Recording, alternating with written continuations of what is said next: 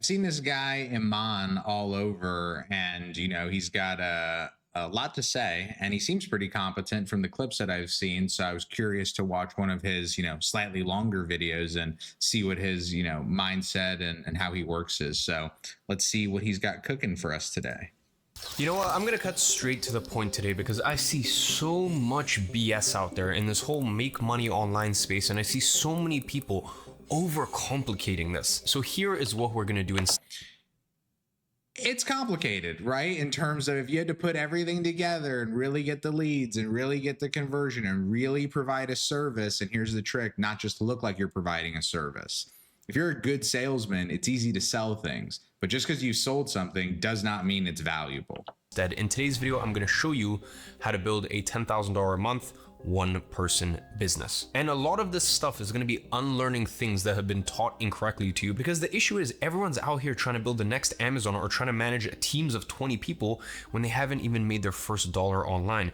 It is so ridiculously backwards. So today we're going to cut through all of the noise, and I'm just going to show you the main levers you need to have in place in order to build a $10,000 a month business as a solo operation. So that means no employees, no overheads, and no complex systems, just you. Now let's see, when he says no employees, does he mean no virtual assistants, no things that work like, and secondary employees or part-time people, or is this you're doing everything?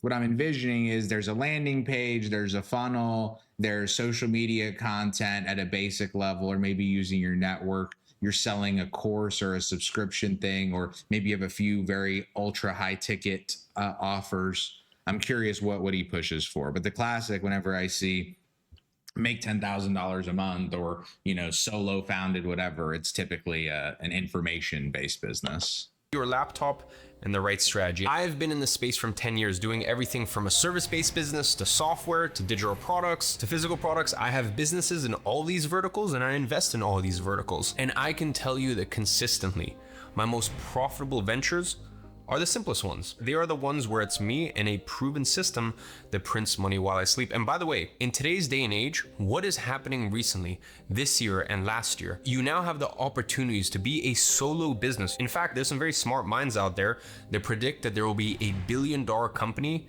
with just one employee, and things that were not available to most people, forms of leverage that weren't available to most people even 3 years ago, 5 years ago, 10 years ago, now is available to the common man and the common woman. Because the truth is, making money online is not rocket science. Now, I want to make it clear, it takes a lot of work and perseverance, but all it is problem solving and using leverage. See, the reason most people fail is because they simply don't take enough action, or they simply quit too early. And by the way, in today's video, I'm giving you the abridged version, okay? I'm really just decompressing everything down. If you actually want to assess the business models and decide which one is right for you, as I said, I've done literally all of them, and I still do all of them actively to this day. I have different businesses for different objectives, so I'm very unbiased in that sense. Well, then I made a video called Laziest Ways to Make Money Online in 2025. In that video, I break down the different business models and which ones make the most sense depending on your specific situation. So if you are ready to stop making excuses and start making real money, then please grab a pen and paper and pay very close attention to what I'm about to share. Here is exactly what I would do if I was starting from zero tomorrow. First things first, and this is really where most people mess up right out of the gate, is you need to pick the right business model. I see people consistently trying to build overly complex businesses when they're just starting out. They pick business models that are way too advanced for where they are in their journey. But my question to you is this: why jump straight into trying to build a massive operation when you haven't even validated your idea first? An idea is that, just an idea. Ideas are a dime a dozen, but can you validate the idea first and do it in a small way before you start thinking big? This is a great point. This I'm very supportive of. You should always validate your business, or even validate that there's demand for you. Like, even if you're starting an accounting business, like, I don't have to guess that accounting businesses work. They work. But are you a good accountant? Is there demand in your market? Do you know, is there a unique value that other accountants around you may not be able to provide? Maybe the unique value is just you and your personality, but ideally, it's more than that. Ideally, there's a reason someone would pick you over a competitor, and not just because you're you. You had one of your friends and they're like, you know what, tomorrow I'm going to run a marathon, and they had never run a 5K before. You would go, listen, I believe you can run the marathon. Like, that's great. I love that for you. But maybe it might be wise to just run a 5K first. And that's exactly what it's like in this online business space. You see, the magic happens when you simply I run into the exact same thing with my founders. It's, I want to make $1 billion company. It's like, that's like you saying, I want to deadlift 1,000 pounds and you've never been to the gym before because you're a first time founder. Of course, these are the people that say these things as well. It's like, could you do that? Absolutely. Could you try and do that and get very hurt along the way? Oh yeah, absolutely. Simplify things and productize what you do instead. And that is exactly what I did with digital products, for example. Digital products, courses, ebooks, and templates are all examples of things that you can easily productize. What I mean by this is building something once and having the ability to sell it forever. So a digital product can take many different forms. That could even be a Shopify theme. That is a digital product. Anything that is an online product that is bought online and delivered online, and you can make a product out of it, is a digital product. Listen, realistically, would you rather spend 40 hours building a custom website for one client who pays you $3,000 or spend the same 40 hours creating a course that you can sell hundreds of times for $300 a pop? Well, it's the same time investment, but one gives you $3,000 and a lot of times a lot of headache, and the other one gives you $30,000 and freedom. And that is really the difference between working in your business versus working on your business. But here's the catch. Even with the right business model, you still need to niche down. I see way too many people trying to help everyone because they think that it means a larger market, a larger addressable market. So of course, it's common sense. If you have more people that could buy your stuff, well, then you'll make more money. The size of the market is super irrelevant especially for little businesses. Like, these are micro businesses, right? 10K a month. Is it life-changing money for the average person? Absolutely. As like a business, $10,000 a month is $120,000 salary. There are people that that are making 300 grand. So it's like, let's be polite as far as we look at business size. But one of the things that I really wish people got away from, or the information economy people were able to prove, is not just how much money they made, but how much value they provided. I wish there was a lot more of that. It's easy to say, I sold X amount of courses. It's like, now I want you to sell me a real course at a fair price with real education, not just 50% fluff and nonsense and marketing. And then I want you to give me practical things to do that then at the end of it, I can go, hey, I made more money. Hey, I progressed my business. Hey, I progressed my life. I like Alex Hormozi. He talks about how he spent like some insane amount, 10, 20, 30, 50 grand on a course. And it was a 1 hour video of a guy teaching like Facebook ads, or 2 hour video. And the guy just like, hey, I'm going to show you how you can make a lot of money with Facebook ads. So let's just go right in. And he just walked through the process. And then Alex was able to turn that around into hundreds of thousands of dollars. So clearly 50 grand was fine. And you didn't need 10,000 hours of content. You just needed value to value. I will give you 50 grand. You teach me your system, and away we go. Now, is there a question of like, hey, if you know how to run ads like this, why wouldn't you just like make the money yourself and do whatever? And yeah, some people just want to sell stuff online because it diversifies their income. Some people really don't know what they're talking about, so they sell courses instead. It's easy to look like it's hard to actually know and put that out in the world. That's not how it works in practice. Quite simply, your marketing message gets diluted. Let me give you an example of this. Don't be a fitness coach, please. Instead, be the guy who helps busy dads in their 30s lose their beer belly in 90 days without giving up weekend beers. Do you notice how the without giving up weekend beers adds specificity and allows me to speak and attract a very specific demographic? You see, most people wouldn't think to add that to their offer because they are. One of my favorites is you tackle the whole market one by one. My example here is always the Apple store. When you walk into the Apple store, there's the area where they're teaching the elderly people typically how to like use Apple products for the first time. There's the little kids section where it's all games and it's like that big screen. There's all the phones in the front for more like the teens and young adults who are just kind of checking stuff out and clicking around. Like, Apple builds a product for everyone specifically. Similarly, I want to service the fitness industry. No, I want to help, moms that are trying to do X, Y, and Z. I want to help dads that are trying to drink on the weekends. I want to help the kids who just entered college that are trying to get jacked so they can, have the best experience possible. Like, all of this can come from the same person. It's 3 different pages. It's 3 different ads. It's 3 different marketing messages. But as long as you can provide the value to each of those segments, there's no issue at all. Would I recommend you start with all of them? No. Would I consider, if I had that example of, let's say, moms, dads, and college students, I go talk to them. I talk to 10, 20, 30 moms, dads, college students, and then figure out where's their demand. Like maybe the moms really are interested, but the dads are the ones that are really willing to spend. Maybe the college students say they're interested, but they have no money. How do I sequence this? How do I offer the right thing at the right value? Because maybe the college kids just need the $10 offer.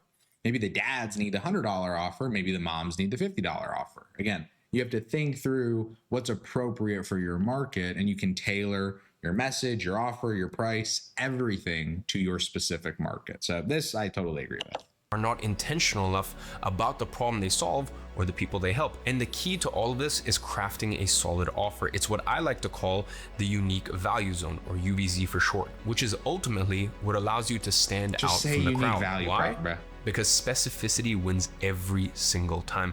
And that applies to everything you do. When someone sees your content and thinks, holy shit, this person is talking directly to me, that is when the magic happens. Look, That's a key point. I think a lot of people, the ability for the audience to hear themselves. You want to be heard. If you're walking by at a conference and you're a runner, right? You're someone who runs, and you see a little tag line on one of the booths on a brand you've never heard of, and it's like, helping good runners become great runners. You're just like, whoa, because they're talking to you. Even if you look at it for a half second and your brain goes, nah, junk, I'm not interested. The dude looks like rude, or it looks shoddy, or, oh, I recognize that company. I'm not. You identified yourself and it caught your attention. Even if it was only for a half second, it caught your attention, and that gave you the opportunity to decide, am I interested? Am I not interested? It's a good thing to call out your customer, to say things that they're going to snap to attention and go, hey, is this for me really? Exactly what allowed me to grow my business over the years and help people from all over the world. I am very intentional with my content, my offers, and my products, which is also why this video probably resonates with you. I mean, think about it. You didn't click on this video by accident. I know that you want to make money online. I know you just don't know the steps or the first steps you need to take in order to hit that 10K a month mark. And at the same time, I also know that you've probably tried a few things before, or maybe you're just starting out, but you're looking for a way that's beginner friendly and straightforward. Look, I've been in the exact same position as you, and I know exactly what it is that you're going through right now. And that is why my content is so intentional, because I know that I'm speaking to people who are essentially in the same position I was in just a few years ago. I'm not trying to talk to everyone with this video. I'm talking specifically to you, but the person who's hungry, driven, but just needs the right roadmap and the right guidance. By the way, I have 2 other YouTube channels, and I speak very differently on those channels because they are for a different audience. I actually have a business channel where all we do is talk to people who could be good potential clients for our advisory firm, consultant.com. We have businesses and clients we work with that do on the low end $500K a year, and our top client did $120 million last year. Average client in that business does probably about $5 million a year. So of course, the way that I talk to them is very different than the way I'm going to talk to you. And it's really that specificity that makes all the difference between an offer that converts and one that gets ignored. You notice the nice little side sell? Hey, check out this. Hey, if your business makes 5 million, you should talk to us. Hey, if my business makes 100, are they too big? Or am I too big for them? Oh no, they service 120 million. It's one of those, make sure you're watching yourself watch the video. A lot of people just absorb either content like this, or they absorb content in their feed. And a little insane hack that I do, it basically is I put a little version of me right here, the devil and the angel, only this one's, very focused. And the whole job is, hey, watch what you notice. So if I'm scrolling Instagram and I stop on something, this little me goes, hey, you stopped on that. Why'd you stop on that? And it's like, oh, was it the caption? Was it the this? Was it the that? Like something got my attention. Same kind of thing is happening here. I'm going, how is he talking to me? What is he saying? Why is that in red? Why am I looking at a split screen with all this text? Does he read all of his videos? Is this just specific for this video? He has a lot of businesses going on, so this could be the way that he does scripting to make it efficient, or is this something new? I'm curious what his other videos look like. You see how there's just 1,000 questions I have, and if I pull on each of those little threads, I'll get a better picture of what he's got going on and what his strategy is. People often say the riches are in the niches, but what I found is that the real fortune truly lies in the sub niches. Or I guess for me, I'm European, so we say niche, right? I think niche is an American thing, so sub niches. Anyways, speaking of specificity, there's one. He doesn't know. Wouldn't you just say it how you say it? If you're European and you say it like that, whatever. Niche, sub niche. I mean, what are we talking about here, right? It's like the same thing. It's, you know, an apple slice or a smaller apple slice. We're just saying don't bite the whole apple. Fair enough. One mistake I see entrepreneurs make all the time. They try to do everything at once. They have 5 different products, 3 different funnels, and target 10 different audiences. What they don't realize is that 10K per month is actually all about simplicity, not complexity. One funnel, one core offer, and one clear outcome. You find one thing that works and you double down on it until it's generating consistent revenue. Then, and only then, can you think about expanding. Now, you might look at me and say, well, He-Man, you have multiple products, you have multiple businesses, you have physical product businesses, you have digital product businesses, you have software businesses. And listen, I understand that, I get that, but you have to remember that I've been doing this for over 10 years. And just like I'm telling you here today, I had to start small before I expanded. All of that to say that I've seen people make multiple 6 figures with literally one landing page and one product. Meanwhile, others out there are trying 47 different things, wondering why nothing's working. I'm going to give you an actual real life example right now. This is Armando. He's one of our customers at Monetize, where we actually help people do things like this, build a 1-person business that can make 10K a month. To make that clear, not everyone does it, but you know, in his case, he's made much more than that. And he is absolutely. Do you find it interesting that in the video of how to build a 1-person business, he's talking about a business that he owns that helps people make 1-person businesses? Don't go dig, like, it's selling shovels or pickaxes to go get gold, not trying to go get the gold. Could this business of his be absolutely amazing and incredible and be like, I want to make 10,000 a month, but I don't have any time, so I'm going to spend 10,000, so you make the 10,000, so if I make it up, then it's like net zero. It's like, how many people do you think have gone into, not necessarily saying this is his business, but businesses like this, someone that they're hiring to build a business for them, you know, done with you, done for you, you know, all that kind of good stuff. And it's just another upsell. It's just someone selling that they know things when all they know is how to sell that they know things. It's a question. Really crushing it on the Monetize Mania leaderboard, where we're actually giving away $250,000 worth of prizes at the end of that 90-day competition. You might be wondering how you can join Monetize. The answer is you can't. Unfortunately, we are only working with our current members, and enrollments are closed, and I don't know when I'm going to open them back up. But anyways, back to the point. So right there, I hope you feel it. Feel what he just did to you. He gave you the bait, and he's like, man, this is like the best thing ever. And he's like, but can you have it? It's not for you. We don't have any extra spaces in my totally arbitrary amount of spaces, I'm sure, that exist. And it's like, but we only have a limited number of people. What? You only have a limited number of money? You can't hire more people to help more people? Like, come on, bro. Like, come on, bro. The video. He has made over 6 figures in 30 days. So not 10K a month, over 100K a month. Why? Because he kept things simple. He sells one product on WAP. For those that may not know, WAP is the #1 digital product platform on earth. I wonder if he owns a piece of it. Which I wrote a very large check to. Do you see behind the curtain of how this stuff works? It's not a, it's like when you ever seen that episode in The Office where Michael talks about how it's not a pyramid scheme, and then what's his name, Jim walks up and he just draws the little line, like, and then Michael's like,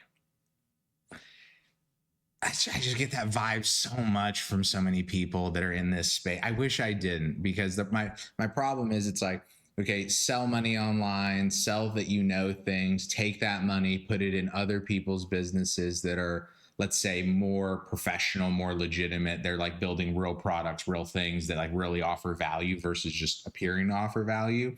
And now you're co-legitimized because you took fake money into real money, and now you can provide some guidance here and there that helps build your brand. Maybe you do learn a few things. Now you go from one client here to another client. Like, I can see one path to becoming a him that works. And the problem is it's really hard to defend because you're fighting 50 different battles on, well, where did he know things? And when did he know things? And how did he know things? And was he legit before he had money, or did the money make him legit?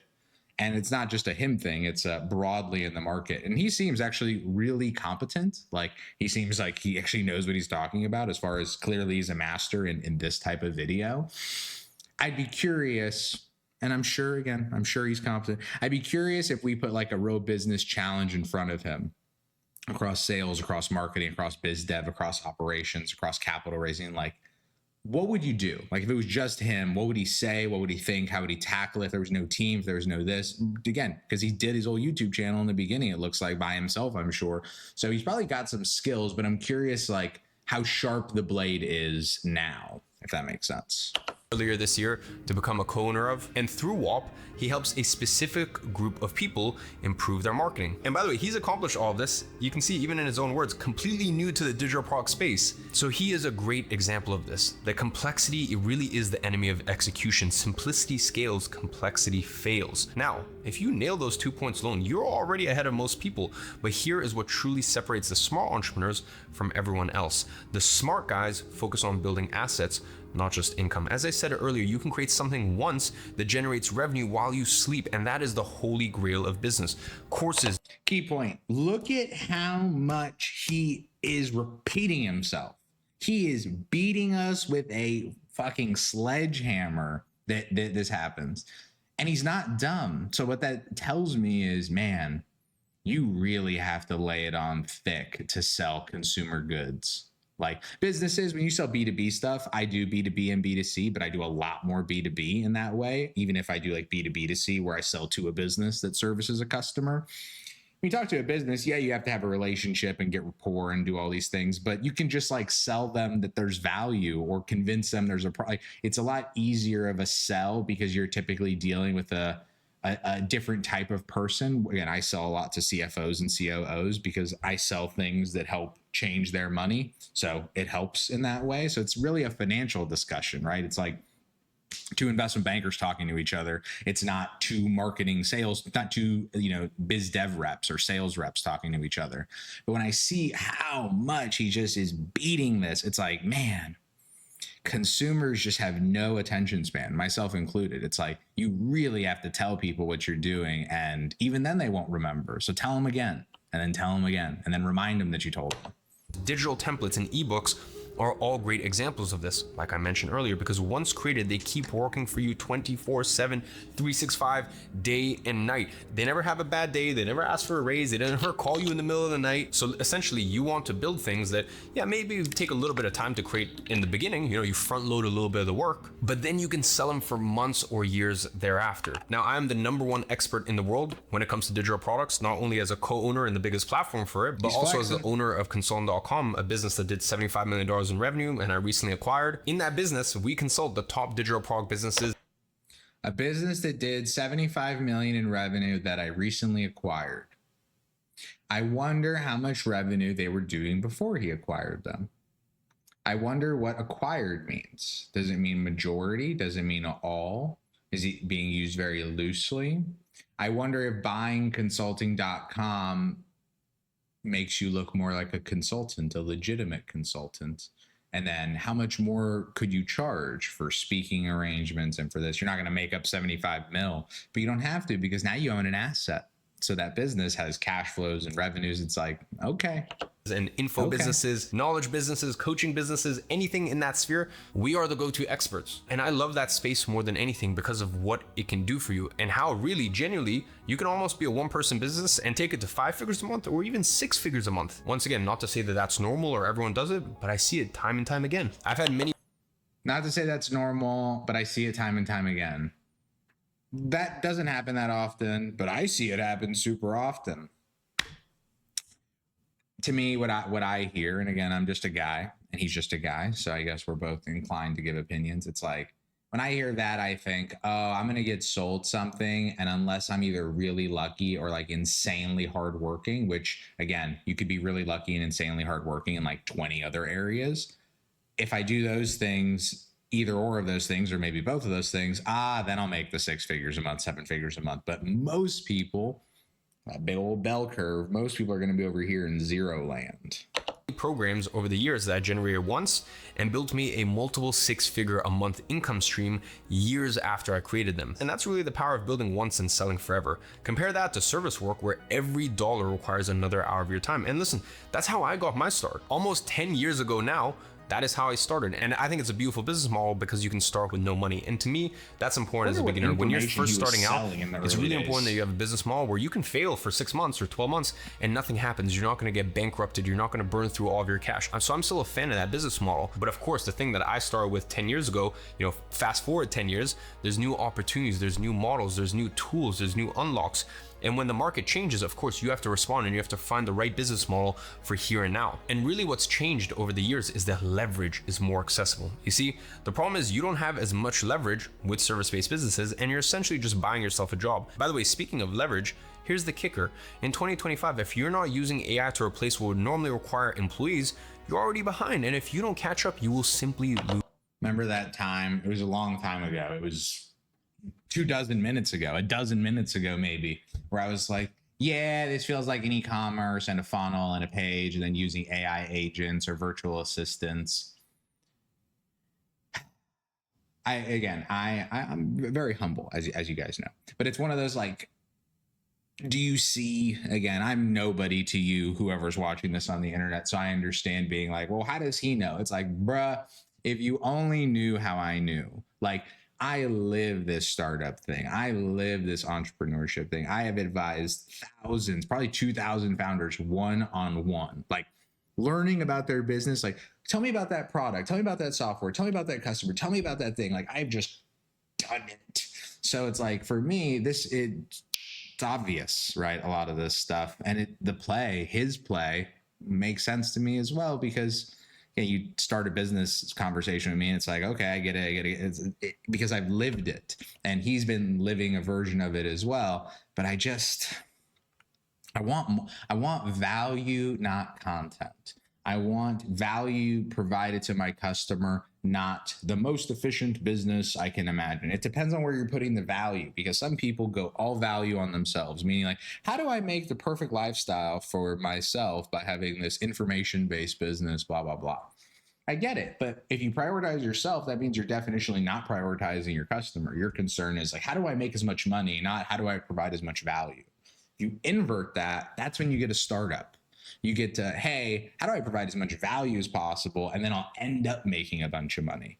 I wish the information economy was full of people that had information and not people that just had economy, that just had market, that just had skill, the ability to sell, not the ability to educate. Or again, and there's a gray zone. There's some people I've seen that are very competent and they teach and sell. I think Alex Hormozi is probably a good example of that. But pay attention to what people say, pay attention to the businesses they own, pay attention to how they do it. Some stuff is cheesy because it works, and some stuff is cheesy because it's a lie.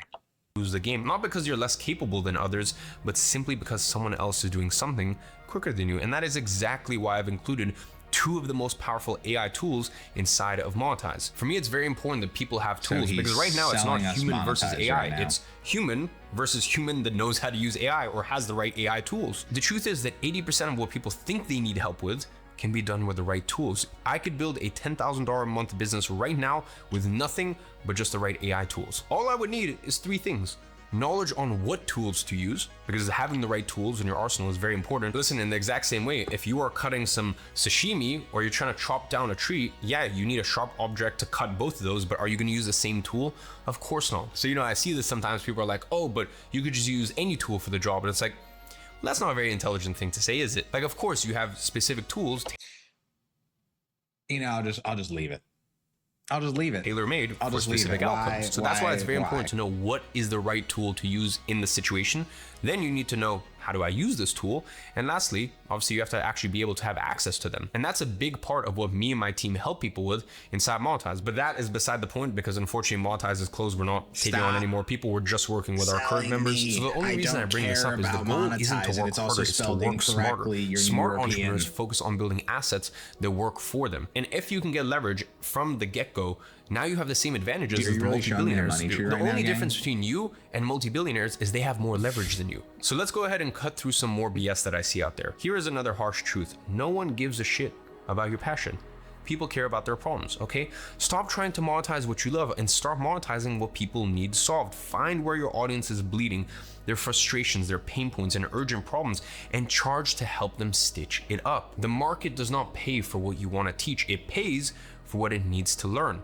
Now, once you know what pain you are solving, you need to get in front of the right people. But when you're starting out, don't blow all of your money on ads. Focus on. Once you know what pain you're solving, you should learn how to solve the pain. Like, oh, I found out all these fitness coaches really need help with their financials. Please, for the love of God, don't be that horrible, just YouTuber that then makes a fitness channel that has no idea about finances at all. Like, I'm not saying you have to be an expert in it, but go study for 30 hours, 50 hours, 100 hours, like learn the thing. Don't just be like, hey, all these fitness people, they need a course. And then it's like, I'm going to go to ChatGPT and have it tell me how to make a course on and what fitness people need to know. It's like, you don't know enough to know if ChatGPT is hallucinating. Like it's the blind leading the blind. And yeah, you might make some sales, but as I talked about, are we just making sales or are we actually providing value? Building an audience first. YouTube, Twitter, Instagram, and LinkedIn are all great platforms for this. Pick one and stick to it. And then from there, provide massive value and build trust. Once you have an engaged audience and a proven offer, then you can think about paid traffic to scale. It's very important to know that trying to use ads to fix a broken offer or to build an audience from scratch is just an expensive mistake. Plus, organic traffic converts better anyway because those people know, like, and trust you already. Now, moving on to point 5, this is something I learned very early on in my career and something I had to learn the hard way. You don't need to be a genius to make $10,000 a month online. You just need to be consistent and, most importantly, willing to ship imperfect work. Okay, very important. You see, most people quit at 3 months when they don't see immediate results. They jump from idea to idea, strategy to strategy, never giving anything enough. Let's talk about that for just a quick second. If you're a startup, the reason that we tell you to ship imperfect work is because we know that if we left it to the engineers, y'all would just stay designing for forever and ever and rack up $1 billion in AWS fees and $1 billion in design, $1 billion in backend, and $1 billion in front end. Like, we would just be nonstop at the end of the day, just tweaking and tweaking and tweaking all these little businesses, right? That's why we tell them, put the product out there, because you don't know if it's done. You don't know if the customer wants this or how they use it like that. It's one of those, like, don't design every aspect of the car. Just make sure it's got the wheels and a chair and it's relatively secured, and then see what people want, see what people need.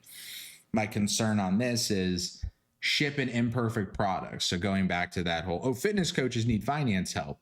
Oh, well, let me create a course. Oh, my course, I don't know if it's accurate. I don't know if it works, but it's kind of imperfect. Let me just sell this thing that doesn't work anyway. Let me just push it out there. It's like, I hope people aren't hearing it like that, because I feel like they're hearing it like that. Instead, it should be like, oh, my landing page may not be perfect there, but it's still okay to try. It's still okay to put it out there and learn. But if your product isn't up to par, like, I'm yelling at the engineers because their product's not a 7 out of 10 or a 4 out of 5. I would hope we're not yelling in this scenario at the people that are building the engineers and the product's really a 1 out of 2. And we're saying, yeah, push it. It's like, we need it to be good, not look good. Time to actually work. But here's the reality: your first version of everything is gonna suck. It's the truth of it. Your first course, your first landing page, your first sales video, that is normal. The difference between successful entrepreneurs and everyone else is that successful entrepreneurs are willing to test things over and over and over again. They are willing to go through that initial stage of sucking at it. By the way, just like Messi, who got rejected by multiple clubs as a kid for being too small, but sticking to it long enough and becoming one of the best players of all time. I would much rather have an ugly offer that's live and generating revenue than a perfect one that never sees the light of day.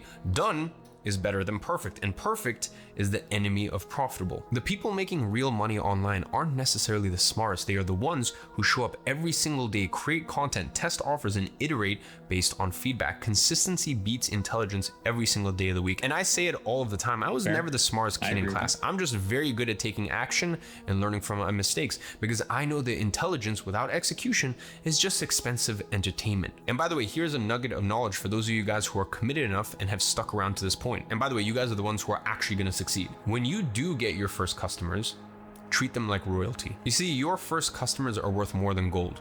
These are the ones who are going to give you the testimonials, the case studies, the referrals, and most importantly, feedback on your offer. I still remember some of my big first clients, whether that be Oring, whether that be Genflow, whether that be Camden Rose. A lot of these people and businesses are still in my network today, referring people and supporting what I do. So if you screw these people early on, you're going to be dead in the water. So take care of them and they will fuel your growth for years to come. And finally, and this kills more businesses than anything else I see, do not try to scale before you have product market fit. I see way too many product market fit. They use this term, people broadly, not even just Levan here.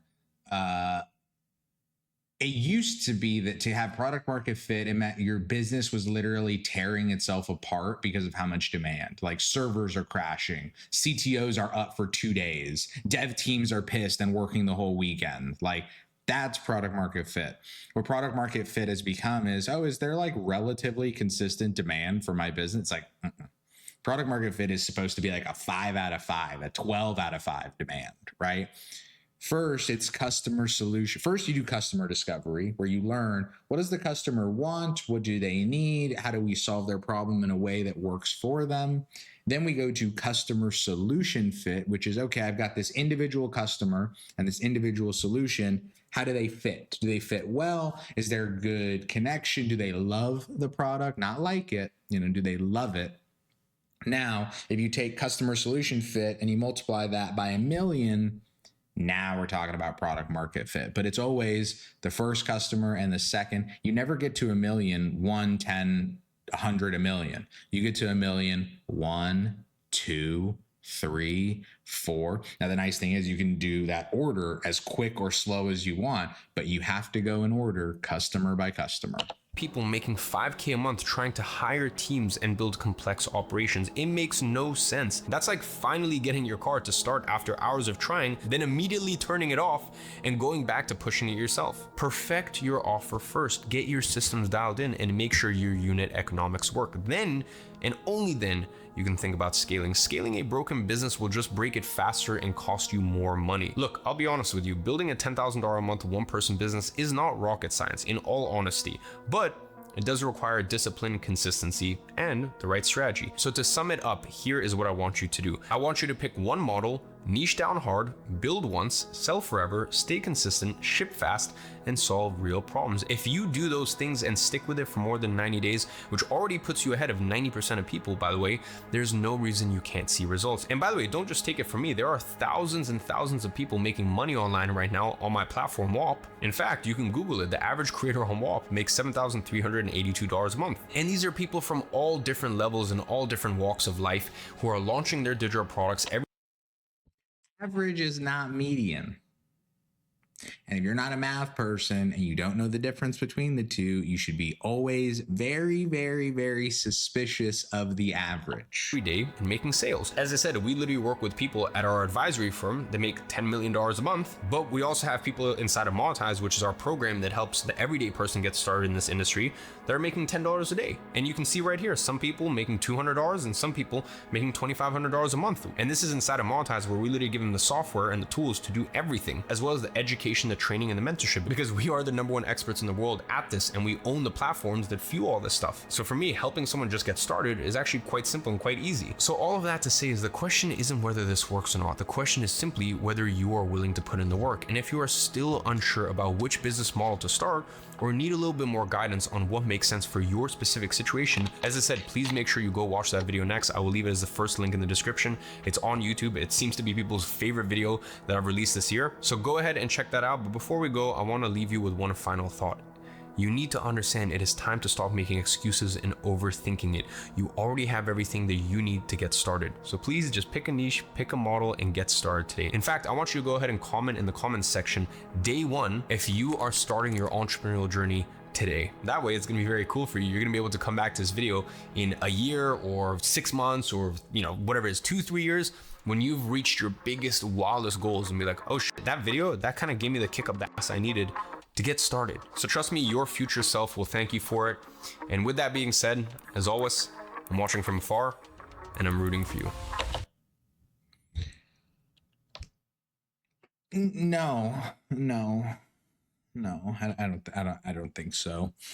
So that was a video. I mean, it got lots of views, I'm sure. Let's see. Yeah, 285,000 views, great performance and all that stuff. I think it was better than the average like e-commerce info sales like business pitch thing that I see, but I have a lot of criticisms broadly. I'll skip, because you've already heard them, so I won't beat you to death with the same information. But I'm going to just share with you. Again, I wasn't even planning on doing this, but how I would start a business, right? My version of this video that's going to be like a minute or 2 minutes or 3 minutes, and we'll just see what happens from there. So building a business really is three parts. There's getting the customer, there's what you offer the customer, and then there's all the admin. So if you think about like the core engine of a business, it's just product or offering and customer acquisition / like marrying those two together. So if we think about customer acquisition, there's three ways you get a customer. You sell them one-on-one sales. These can be warm leads, cold leads, this can be anything. Marketing, where you do brand or performance marketing. Brand marketing, you're posting social media and you're building brand and you're running organic stuff and you have a newsletter and you go to conferences and like walk around. Fine. The performance marketing is like paid ads, Instagram ads, YouTube ads, Google paid per click, all these types of things, right?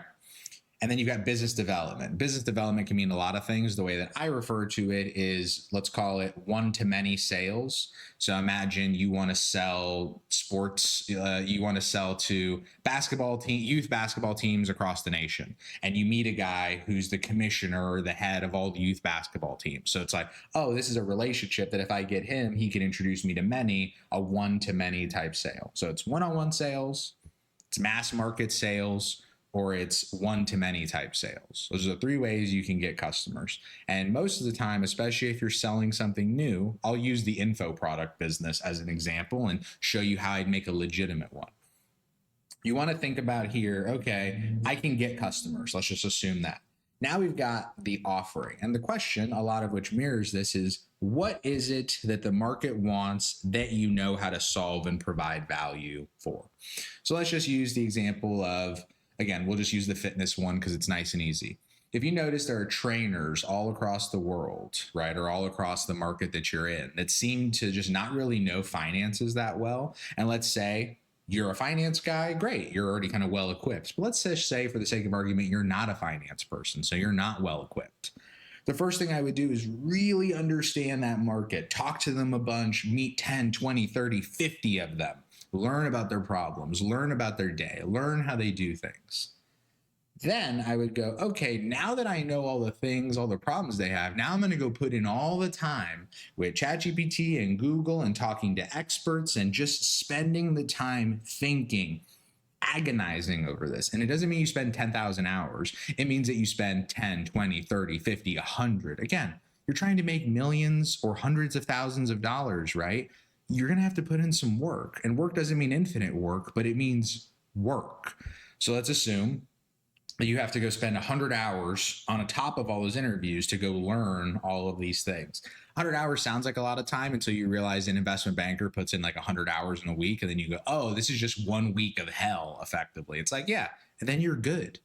So now you know the customer, these fitness coaches, whatever, you've really understood the problem that they're having, and you've done all the work to really draft out content and a course and education, things that if you were sitting there one-on-one and the dude in front of you literally followed your course, they would make more money. They'd feel more financially informed. They would be more financially secure, whatever it is.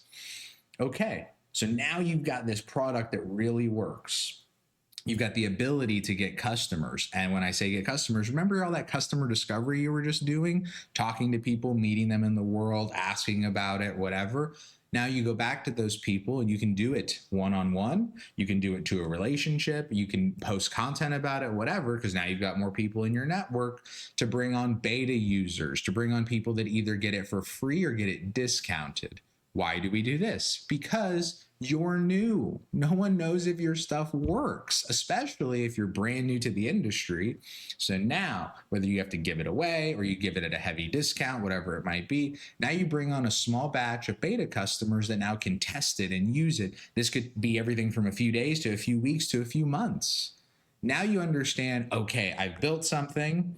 I thought it was an 8 out of 10 or a 9 out of 10, but then I went and tested it with 5, 10, 20 beta customers. And now I realize it's like a 4 out of 10, 5 out of 10. Okay, I'm going to fix this. I'm going to fix that. I'm going to make this good. I'm going to make that good. Now I'm going to put it back in these people's hands. And they're like, oh, this is great. Now we're ready to go from private beta to more of a public launch, which can just mean more people have access. You're charging a real price. You're doing things. But notice, you actually spent the time to learn how to provide value, to build a course that didn't just look like it worked, but you proved that it worked and worked for the customer, not for your wallet. It'll work for your wallet if it works for the customer, but the inverse, again, can also be true, and that's horrible, where it'll work for you and not work for your customer, and then whatever. Welcome to the current state of the info products, industry. Horrible. It's like a bunch of used car salesmen got together and are like, let's sell knowledge. It's just the worst thing ever. So now it's like, okay, you've got this product, you know how to solve it. You have this initial base, whether it's 5, 10, 20 customers. And remember, they can all refer and you can incentivize them to refer. Now we get to this bucket. This is your legal, your compliance, your finance, your operations, and your HR. Notice I know all of them because I really build all these things all day long. It's like, okay, HR you don't have to worry about because it's just you doing this thing. Operations is the team, the processes, and the systems. It's who you have, it's what they do, and it's the systems they work in. You're going to find your systems. There's new AI junk coming out all the time. You need a CRM to manage your customers. You need Stripe for taking payments. You need QuickBooks for logging everything. You need an email account with Google. You need a website created using a combination of Lovable and Fiverr or Webflow. There's your 5, 6, 7 things, and you're pretty good. Again, could you get like an HR management platform if you actually had people and were paying stuff? But it's like, let's just talk the core things. That's HR. That's operations. Finance, there's not really a lot to do with finance in the early days because you're just trying to make some money. And again, we're talking about an info business, so you don't really need to do a bunch to actually launch it. You just need to go get the information, package it well. Gumroad lets you sell things. Teachables available. Thinkific is good. There's so many ways to sell content these days. It's unfathomable. Legal compliance. Compliance is, again, if you're not selling anything that you have to be compliant with, like for example, if it's a food business, do we have our licenses? If it's a legal business, are we allowed to operate in that state? If it's a cannabis business, are we legally allowed to operate in that state? Whatever. Legal compliance, finance, operations, we've covered everything. So now the flow is very simple. First, you go learn what the customer wants. Then you develop something that's worthwhile. Then once you know this is secure, have confidence this is secure, you set up your infrastructure, you set up your LLC, you set up your QuickBooks, you get ready to be a real boy, right? You're going to be a real business at this point. So now you've got this, and now the whole goal of this is that whole support operations, that back-end stuff, is to meet the demands of this. Meaning, hey, we're selling new customers in a new place. Oh, do we have to hire people? Do we have to change our HR? Do we have to be more compliant? Do we have to file more things? Hey, we want to release this new feature. Oh, do we have to file a new patent? Do we have to do something with our finances? Do we have to add a new system? These are the drivers. These are the reactors. It's getting customers and servicing customers and everything else. So congratulations. I don't know how long I was talking for that little piece, but you now know how to build a business. You go like, oh, but what tools? It's like, listen, I go to ChatGPT right now, and I want you to listen to this. You can download this video. You can hand it to ChatGPT. You can transcribe it. I'm giving you a little hack right here. Download this video, transcribe it, give it to ChatGPT, and say, hey, what did that idiot say at the end of the video when he was talking about how to build a business? Write it in bulleted form for me and recommend tools that will do each of the things that he outlined that are cost effective for my business, blah, blah, blah. Congratulations. You are a self-service consultant that's now helping yourself build a business that means something. So hopefully this was helpful. Again, shout out to Iman for putting the video out there. There's clearly some good stuff in there. Again, I just have plenty of criticisms for all things info products, and especially, again, it's just a vibe. Like, he looks fresh, but I just feel like he's stealing money from me. It's just the shirt. It's the everything. But you know, he's successful in doing his thing. He's got some cool domains. So shout out to him, and hopefully this video was helpful, and I'll see you in the next one.